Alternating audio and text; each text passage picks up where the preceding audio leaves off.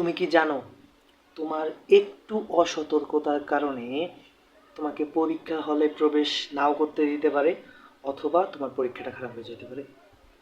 Hello SSC শিক্ষার্থী বন্ধুরা, তোমরা যারা কালকে পরীক্ষা দিতে যাবা অবশ্যই তোমাদেরকে কিছু বিষয় মাথায় রেখে কিছু এক্সারসাইজ জিনিস নিয়ে পরীক্ষা হলে যেতে হবে। তো এই বিষয়গুলো নিয়ে কথা বলবো যে তোমরা কি কি বিষয় মাথায় রেখে কোন কোন জিনিস নিয়ে পরীক্ষা হলে যাবা। তোমাদেরকে যেই বিষয়গুলো অবশ্যই মাথায় রেখে কিছু জিনিস নিয়ে যেতে হবে পরীক্ষা হলে। নাম্বার ওয়ান, তোমাদের যে এডমিট কার্ড বা প্রবেশপত্র যেটা আছে সেটা অবশ্যই নিয়ে যেতে হবে, কারণ যদি তোমরা প্রবেশপত্র ছাড়া যাও তোমাদেরকে পরীক্ষা হলে প্রবেশ নাও করতে দেওয়া হতে পারে। সো এই জিনিসটা অবশ্যই মাথায় রাখবা। সেকেন্ড, যেটা রেজিস্ট্রেশন কার্ড যেটা আছে অবশ্যই রেজিস্ট্রেশন কার্ড নিতে হবে, কারণ যদি তুমি রেজিস্ট্রেশন কার্ড না নাও কিছু কিছু টিচার আছে যারা তোমাদের প্রবলেম করবে।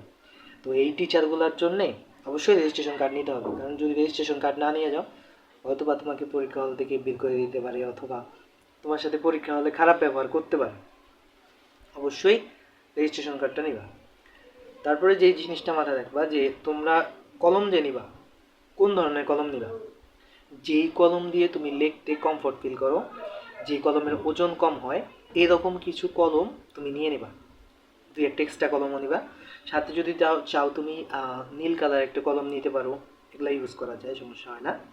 নীল বা সবুজ কালার কলম এগুলো নিতে পারো, কিন্তু লাল কালার কলম কিন্তু ইউজ করা যাবে না। ঠিক আছে, কোনো পাবলিক পরীক্ষার মধ্যে লাল কালার কলম ইউজ করা যায় না।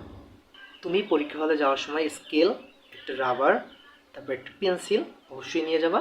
দেন তোমার যে ক্যালকুলেটর আছে, তুমি অবশ্যই এই জিনিসটা আগে তোমাদের যে এডমিট কার্ড বা প্রবেশপত্র পিছনে হয়তো বা লেখা আছে যে তোমাদেরকে মানে কীরকম ক্যালকুলেটর ইউজ করতে দেওয়া হবে পরীক্ষা হলে, এই বিষয়টা এখানে লিখে দেওয়া আছে।